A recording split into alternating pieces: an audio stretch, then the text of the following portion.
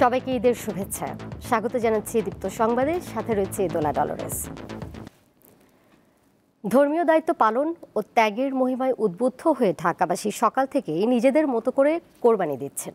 Garage, রাস্তাঘাট কিংবা housing এলাকার নির্ধারিত স্থানে যেখানে সুযোগ মিলেছে সেখানেই চলছে পশু জবাইয়ের কাজ।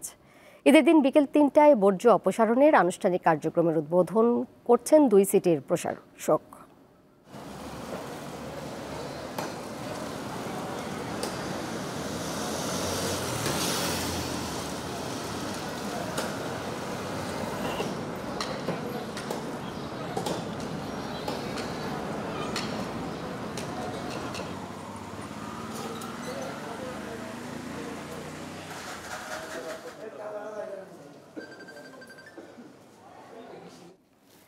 রাজধানীর আগারগাঁওয়ে কোরবানির বর্জ্য অপসারণ কার্যক্রম আনুষ্ঠানিকভাবে উদ্বোধন করেছেন স্থানীয় সরকার উপদেষ্টা আসিফ মাহমুদ সজীব ভূঁইয়া। বর্জ্য অপসারণের সার্বিক কার্যক্রম জানাতে যুক্ত হচ্ছেন সহকর্মী স্বস্তিকা সিংহ। স্বস্তিকা,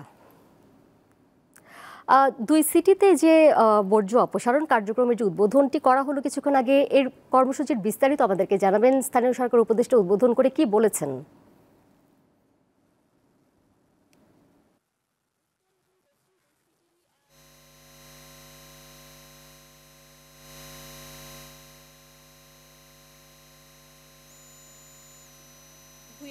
উপস্থিত ছিলেন এবং উনি কিন্তু বলেছেন যে এবার ১২ ঘন্টার মধ্যে ঢাকা সিটিকে একটি পরিচ্ছন্ন ঢাকা উপহার দেওয়ার কিন্তু চেষ্টা করবেন এবং সেই অনুযায়ী কিন্তু সকালের পর যখনই কোরবানি শুরু হয়েছে, কোরবানির পর থেকেই কিন্তু রাজধানীর বিভিন্ন অলিগলি থেকে শুরু করে সব জায়গাতেই কিন্তু এই বর্জ্য অপসারণের যে কাজ রয়েছে সেই কাজগুলো কিন্তু যথাসময়ে সম্পন্ন হচ্ছে এবং এই দুপুর নাগাদ কিন্তু আমরা দেখেছি যে ঢাকার অধিকাংশ অলিগলিতেই কিন্তু এই যে বর্জ্যের কাজ কিন্তু আসলে সম্পন্ন হয়েছে এবং উনি কিন্তু বলেছেন যে সন্ধ্যা নাগাদ তাদের প্রথম দিনের যে টার্গেট রয়েছে, আসলে ৩ দিনের মধ্যে পুরো ঢাকাকে তারা পরিচ্ছন্নতার মধ্যে আনবেন। আর প্রথম দিনে কিন্তু ৮০% বর্জ্য যে অপসারণের কাজ কিন্তু করা হবে এবং এই অপসারণের কাজে কিন্তু প্রায় ২০,০০০-এর মতন পরিচ্ছন্ন কর্মী কাজ করছেন এবং যেসব পরিচ্ছন্ন কর্মী কাজ করছেন উনি কিন্তু জানিয়েছেন যে তাদের জন্য আলাদা করে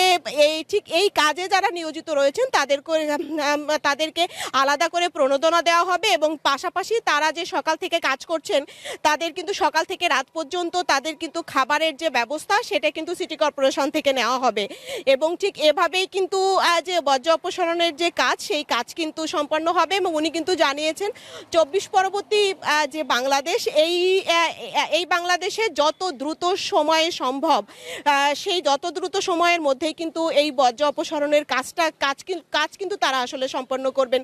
দোলা, আসলে এই ছিল বর্জ্য অপসারণের রাজধানী আগারগাঁ থেকে সর্বশেষ। স্বস্তিকা, ধন্যবাদ আপনাকে আমার সাথে যুক্ত হবার জন্য। কোরবানির পশু বর্জ্যের অপসারণের কার্যক্রম উদ্বোধন হলো কিছুক্ষণ আগে। এই বিষয়ে বিস্তারিত জানাচ্ছিলেন সহকর্মী স্বস্তিকা সিংহ। ত্যাগের মহিমা ও ধর্মীয় ভাব গাম্ভীর্যের মধ্য দিয়ে সারা দেশে উদযাপিত হচ্ছে পবিত্র ঈদুল আজহা। সকালে জাতীয় ঈদগাহে ঈদের প্রধান জামাতে অংশ নেন প্রধান উপদেষ্টা সহ সর্বস্তরের মানুষ। বায়তুল মোকাররম জাতীয় মসজিদের খতিব মাওলানা মুফতি মোহাম্মদ আব্দুল মালিকের আহ্বায়নের মধ্য দিয়ে অনুষ্ঠিত হয় ঈদুল আজহার নামাজ। নামাজ শেষে দেশ, জাতি ও মুসলিম উম্মার শান্তি ও মঙ্গল কামনায় মোনাজাত করা হয়। দেশবাসীকে ঈদের শুভেচ্ছা জানান প্রধান উপদেষ্টা ডক্টর মোহাম্মদ ইউনূস। জাতীয় ঈদগাহে একসঙ্গে ৩৫,০০০ নারী পুরুষ ঈদের নামাজ আদায় করেন। বায়তুল মোকাররম জাতীয় মসজিদে সকাল ৭টা থেকে শুরু হয়ে বেলা ১১টা পর্যন্ত মোট ৫টি ঈদ জামাত অনুষ্ঠিত হয়।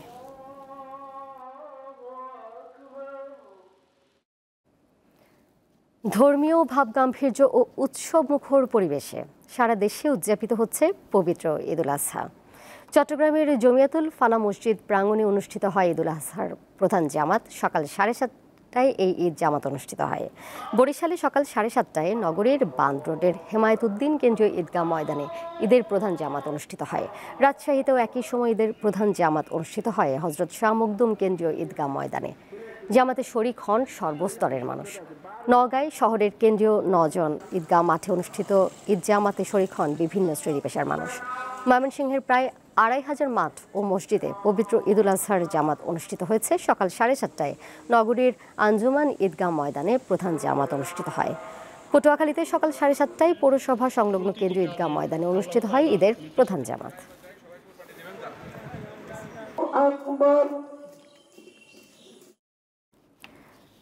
প্রধান উপদেষ্টা ঘোষিত নির্বাচনের রোডম্যাপে জনগণের প্রত্যাশা পূরণ হয়নি বলে জানিয়েছেন বিএনপি মহাসচিব মির্জা ফখরুল ইসলাম আলমগীর। শনিবার ঈদের দিন রাজধানীর শেরেবাংলা নগরে বিএনপির প্রতিষ্ঠাতা জিয়াউর রহমানের সমাধিতে শ্রদ্ধা নিবেদনের পর সাংবাদিকদের তিনি এই কথা জানান। এ সময় ফুল দিয়ে জিয়ার সমাধিতে শ্রদ্ধা নিবেদন এবং বিশেষ মোনাজাতে অংশ নেন বিএনপি নেতাকর্মীরা। পরে দলটির মহাসচিব সাংবাদিকদের বলেন, এপ্রিল মাস নির্বাচনের জন্য কোনোভাবেই উপযুক্ত নয়, ডিসেম্বরেই নির্বাচন সম্ভব এবং উপযোগী হবে বলেও জানান তিনি।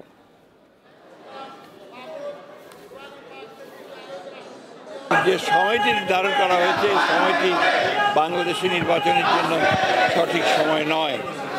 এখানে আপনার যে প্রচণ্ড গরম, ঝড় বৃষ্টি হওয়ার আশঙ্কা থাকে ওই সময়, তারপরে রোজার পরে পরেই আমরা মনে করি যে ডিসেম্বরেই নির্বাচন হওয়া সম্ভব এবং সেটাই জাতির জন্য সবচেয়ে উপযোগী হবে। এবার কেওএসটিএল চট্টগ্রামের সংবাদ।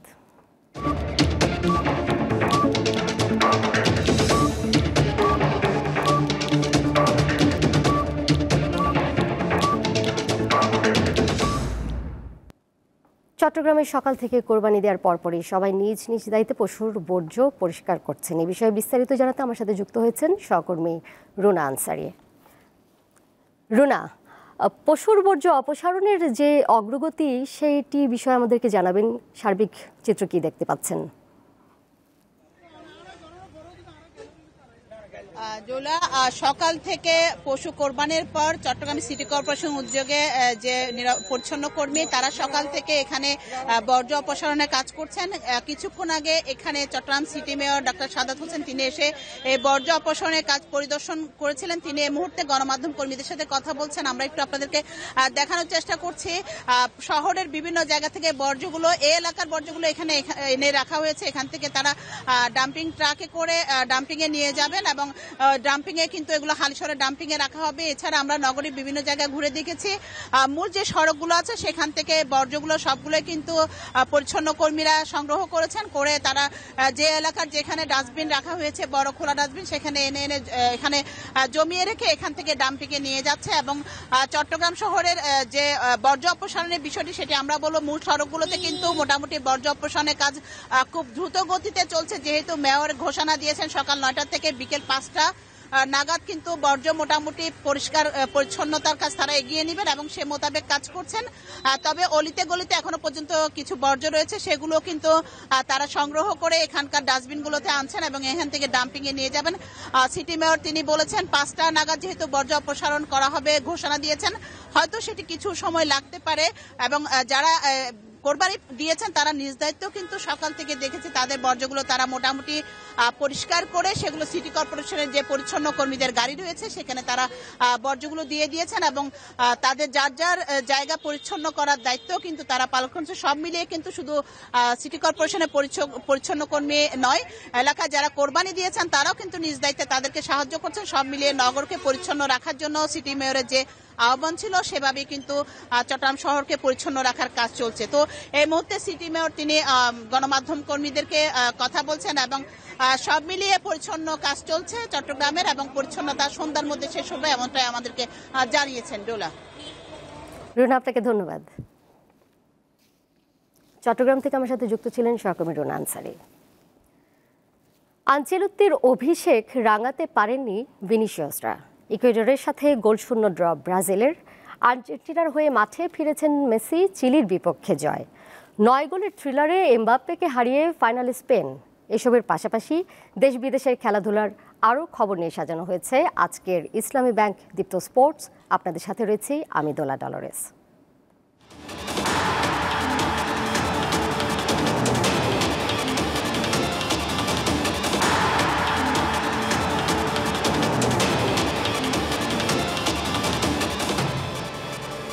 অন্যান্যদের স্বজনদের সাথে ঈদুল আজহা উদযাপন করছেন বাংলাদেশ জাতীয় দলের ক্রিকেটাররা। ঈদের ছুটিতে ক্রিকেটাররা রয়েছেন নিজ শহর কিংবা পরিবারের কাছে।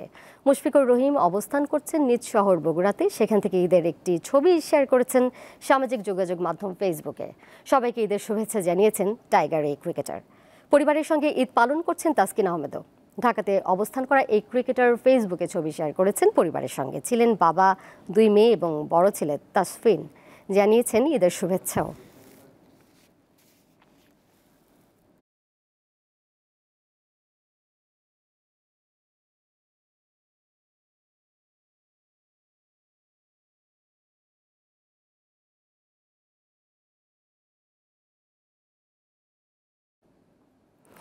রাজধানী শাহবাগে পবিত্র ঈদুল আজহার নামাজ আদায় করেছেন হামজা, ফামিদুল সহ জাতীয় ফুটবল দলের সদস্যরা। সিঙ্গাপুর ম্যাচ সামনে রেখে ক্যাম্প চলমান থাকায় ছুটি পাননি ফুটবলাররা। ঈদের আনন্দ তাই দলগতভাবে ভাগাভাগি করে নেন তারা। সকালে নামাজে অংশ নেন হামজা, জামাল, ঈসা, ফামিদুলরা। এরপর টিম হোটেলে ফিরে যান তারা। ঈদের কারণে বেলা 2টা পর্যন্ত পরিবারের সাথে দেখা করার সুযোগ পান খেলোয়াড়রা। তবে এদিনও অনুশীলন করবে ক্যাবরেরার দল। বিকেলে জাতীয় স্টেডিয়ামে হবে টিম ট্রেনিং। আগামী 10 জুন সিঙ্গাপুরের বিপক্ষে এশিয়ান কাপ বাছাই পর্বের ম্যাচে মুখোমুখি হবে জামাল ভুঁইয়ার দল। দেশের ফুটবলে চলছে বিদেশি বংশোদ্ভূতদের আগমনের হিড়িক। তাতে কি দেশীয় খেলোয়াড়দের প্রতি আগ্রহটা অনেকাংশেই কমে আসছে? ক্রীড়া সংশ্লিষ্টরা বলছেন, অনেক লোকাল ফুটবলাররা নিজেদের দায়িত্ব পারফরমেন্স ঠিকঠাক পালন করতে পারছেন না। তাই বাফুফে প্লেয়ার হান্ট অনেক ইভেন্ট করতে বাধ্য হচ্ছে। লাল সবুজের জার্সি গায়ে হামজা চৌধুরীর যাত্রা শুরু হওয়ার পর থেকেই দেশের ফুটবলে বইছে নবজোয়ার। একে একে বাংলাদেশের জার্সি গায়ে লাল সবুজের প্রতিনিধিত্ব করার সুযোগ পেতে চাইছে বিদেশি বংশোদ্ভূত খেলোয়াড়রা। এরই মধ্যে অনূর্ধ্ব 19 দিয়ে জাতীয় দলের জার্সি গায়ে অভিষেক হয়েছে অনেকে ট্রায়াল দিতে আসলেও আশাহত হয়ে ফিরে গেছেন। আরেকদিকে হামজার সাথে আগামী 10 জুন অভিষেক হতে যাচ্ছে নেদারল্যান্ডসের সমিত সোমের। দীর্ঘমেয়াদী সুফলের জন্য সবার আগে নজর দিতে হবে বয়সভিত্তিক দলে। ক্লাব কিংবা একাডেমির সমন্বয়ে দেশীয় ফুটবলারদের নিয়ে পাইপলাইন সমৃদ্ধ করা সম্ভব।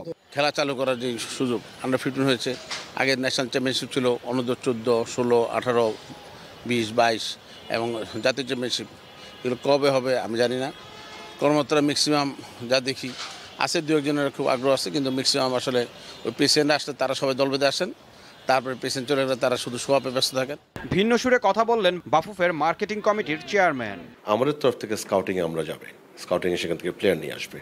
এবং আপনি জেনে খুশি হবেন যে সরকার ইন পার্টিকুলার প্রধান উপদেষ্টা দপ্তর এবং আমাদের মাননীয় ক্রীড়া উপদেষ্টা দপ্তর এবং তাদের ব্যক্তিগত উদ্যোগে ইন্টার ডিস্ট্রিক্ট লিগটা ইনশাল্লাহ এবছর থেকে হবে। সো সেখান থেকেও কিন্তু আমরা একটা অনেক বড় পুল অফ প্লেয়ার্স পাবো। সো আমরা যেটা বললাম যে আমাদের জাতীয় লেভেলে যে স্কাউটিংটা, সেটা কিন্তু গ্রাসরুট লেভেল থেকে আমরা সবসময় করে আসছি। আপাতত দৃষ্টিতে কোন দিকে যাচ্ছে বাংলাদেশের ফুটবল ভবিষ্যৎ তার সময় বলে দেবে। তবে দেশের উজ্জ্বল ভবিষ্যতের জন্য পাইপলাইনকে সমৃদ্ধ করতে হলে লোক দেখানো কাজ না করে নিখুঁত পরিকল্পনার সঠিক বাস্তবায়নই ফুটবলার এবং ফুটবলের উন্নয়নে রাখবে অপরিসীম ভূমিকা। ঈশান হাসান, দীপ্ত স্পোর্টস। এই ছিল আজকের ইসলামী ব্যাংক দীপ্ত স্পোর্টসে। সন্ধ্যা 6:40 ফিরব দীপ্ত সংবাদ নিয়ে। এছাড়াও আরও তথ্য এবং বিনোদনের নানা খবর জানতে যুক্ত থাকুন দীপ্ত ডিজিটাল প্ল্যাটফর্মে। ধন্যবাদ সবাইকে।